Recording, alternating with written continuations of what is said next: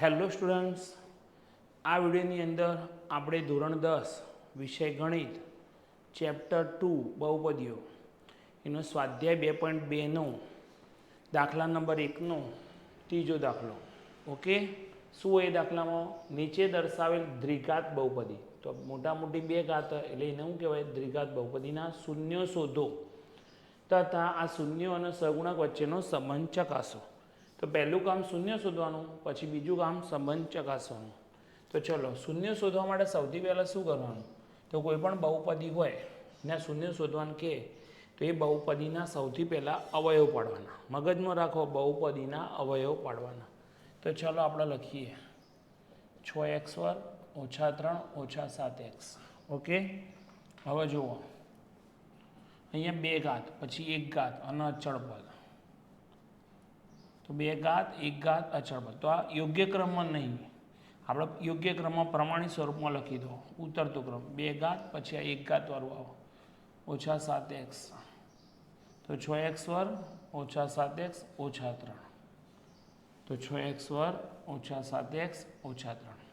તો બે ઘાત, એક ઘાત અને અચળ પદ. ઓકે, તો આ શું થઈ ગયું? દ્વિઘાત બહુપદીનું પ્રમાણિત સ્વરૂપ, બે ઘાત, એક ઘાત, અચળ પદ. આવા જે બહુપદીય એના શું શોધવાના? શૂન્ય શોધો. તો મેં ફરીથી કહું, કોઈ પણ બહુપદી હોય એના શૂન્ય શોધવા માટે અવયવ પાડવાના. તો આપણે આના અવયવ પાડીએ. તો 6 પૂર્ણવર્ગ નહીં, એટલે અહીંયા પૂર્ણવર્ગની રીત નહીં આવે, પૂર્ણ વર્ગની રીત નહીં આવે. તો મધ્યમ પદનું વિભાજન, આ મધ્યમ પદ એનું વિભાજન કરવાનું. તો એના માટે પહેલી ને છેલ્લી સંખ્યાનો ગુણાકાર કરવાનો. વત્તે ઓછે ઓછા 6 તરી 18. ઓકે, વત્તે ઓછે ઓછા લખી દઈએ અને 6 તરી 18. હવે બાદ બાકી કરીને આપણે લાવવાના 7. 18ના અવયવ આપો, 18ના અવયવ આપવાના. 18 × 18, 2 × 9 = 18. તો 9માંથી 2 આપણે બાદ કરીએ એટલે 7 આવી જાય. તો આપણને આ અવયવ મળી ગયા 9 અને 2. પહેલી સંખ્યા 6x ની 2 નામ લખવાની. હવે આપણે મોટો અવયવ લખવાનો 9, ઓછા ચિહ્ન મૂકો 9 અને x. હવે અહીંયા -7 જોવાના, આપણે લખ્યા -9, એટલે અહીંયા વત્તા કરીને આ 2 લખી દેવાના 2 અને x. -9માંથી +2 કાઢો એટલે -7 રહે અને -3.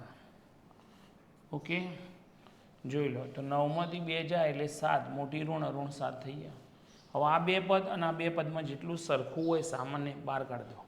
તો 3 દુ 6, 3 તરી 9 એટલે 3 સામાન્ય. x 2 વખત, x 1 વખત, તો 1 વખત 1 સામાન્ય. ઘડીએ બોલો 3 દુ 6 x x² 3 તરી 9x વત્તા આ બંને કશું સરખું ને એટલે 1 લખી દો. આ બેઠું ઉતાર દો 2x - 3.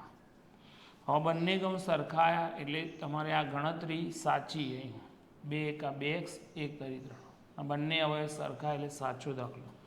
આ બંને અવયવ સરખા સરખા એક વખત લખવાનું 2x - 3, બીજામાં 3x + 1. ઓકે, જોઈ લો. તો આપણે શું કર્યું? તો આપણા જે બહુપદી એના અવયવ આપ્યા.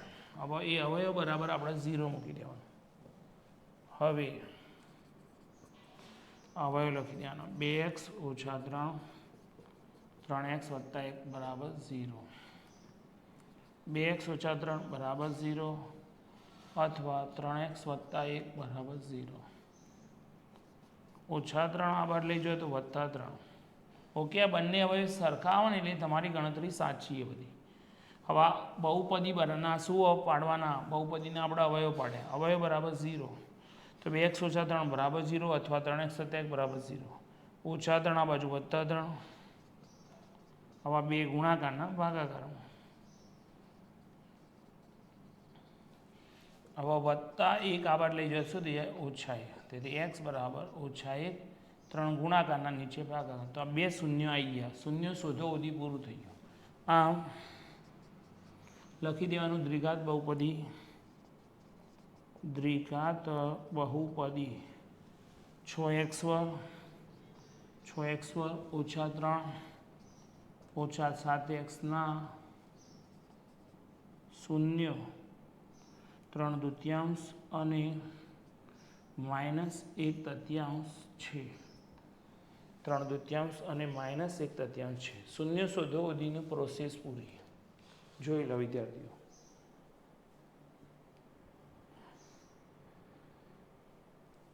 હવે આપણે શૂન્યો અને સહગુણકો વચ્ચેનો સંબંધ ચકાસવાનો. શૂન્યો અને સહગુણકો વચ્ચેનો સંબંધ ચકાસવાનો એટલે લખવાનું અહીં ચાલો પહેલી સંખ્યા હોય ને એ કહેવાય. આ કેટલા આવું 6, a બરાબર 6.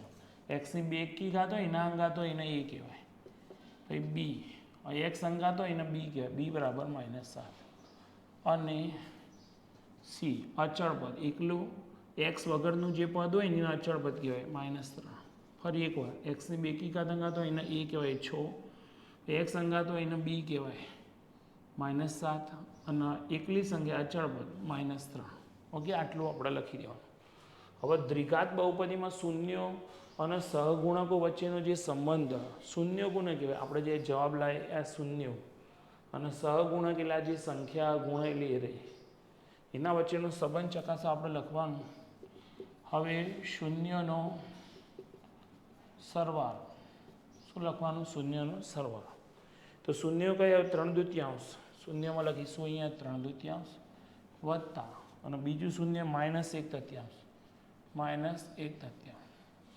તો 3/2 વત્તા -1/3. તો 3/2 એમના એમ વત્તે ઓછે ઓછા 1/3. હવે જોજો અંશ છેદ, છેદ અલગ અલગ એટલે તમારે લસા લેવો પડશે. અને બરાબરની આ બાજુ કશું હ નહીં એટલે લસા છેદમાં લખી દઈએ. 2 અને 3 એનો લસા શોધવાનો. 2 અને 3, 2 અને 3 અવિભાજ્ય એટલે લસા 2 તરી 6 આવશે. 2 એકા 2, 3 એકા 3, 2 તરી આ 2 નો ગુણાકાર 6 લસા. 6 વડે અહીંયા ગુણી દો અને અહીંયા ગુણી દો. ચલો 6 વડે અહીંયા ગુણીએ. 6 ગુણ્યા 3/2 કરીએ. 2 તરી 6 અને 3 તરી 9 ઓછા 2 તરી 6 લસા 6 ગુણ્યા 1/3 કરીએ.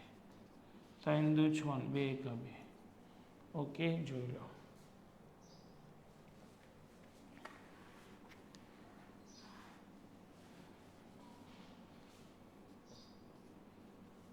નવમાંથી 2 જાય એટલે 7/6. હવે એક લાઈન છોડ દો, -b/a. ઓકે, હવે ચેક કરી લો. માઇનસ ચિહ્ન એમના. ચલો બી એટલે કેટલા? -7, કૌંસમાં -7. ચલો એ એટલે કેટલા? 6. હવાનું સાદુરૂપ આ થવું જો ઓછે આટલા ઓછા ચિહ્ન, એટલે કયું ચિહ્ન? ઓછા. ઓછે વત્તા અને 7 ષષ્ઠમાંશ આવી ગયું. અને શૂન્યનો ગુણાકાર, શું લખવાનું? શૂન્યનો ગુણાકાર. ચલો શૂન્ય કયા આવું? 3/2 ગુણ્યા 3/2 ગુણ્યા -1/3. ઓકે, તો બે શૂન્યનો હવે ગુણાકાર કરીએ. તો જુઓ અહીંયા 3 ઉડી જશે એટલે -1/2. હવે એક લાઈન છોડી દો અને c/a. તો cમાં લખો -3 અને aમાં લખો 6.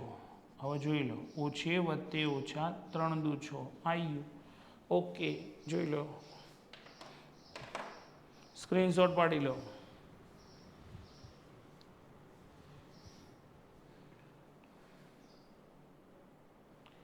તો આ વિડીયોની અંદર આપણે સ્વાધ્યાય 2.2નો દાખલા નંબર 1નો ત્રીજો દાખલો શીખ્યા. ઓકે, બહુ મસ્ત રીતે શીખવાડો વિદ્યાર્થીઓ, આખું ગણિત શીખવાડીશ. ઓકે, મજા આવશે તમારે. કોમેન્ટ કરો સારી. તમને વિડીયો આજે શીખવાડો, વિડીયોની અંદર દાખલા એ સમજાય કે નહીં સમજાતું, ઝડપથી ગણાવો કે થોડું ધીરે ધીરે, તમને કેવું લાગે? તમને કમ્પ્લીટ સમજાઈ જાય તો કોમેન્ટમાં લખી દો કે બહુ મસ્ત રીતે સમજાઈ જાય. સારી કોમેન્ટ કરો. ઓકે, તો ધોરણ 10માં હોય એટલે બધા વિષયમાં મહેનત કરવી પડે, પણ હાલ તમે પહેલી શરૂઆત ગણિતથી કરો. ગણિતમાં બહુ જ મહેનત કરો, ગણિત પાવરફુલ કરી દો. સાથે સાથે બીજા વિષય પણ તમે તૈયાર કરજો. ઓકે, તો 2.2નો દાખલા નંબર 1નો ત્રીજો દાખલો હતો. ઓકે, વિડીયો લાઈક કરો, ચેનલ સબસ્ક્રાઈબ કરો. Thank you.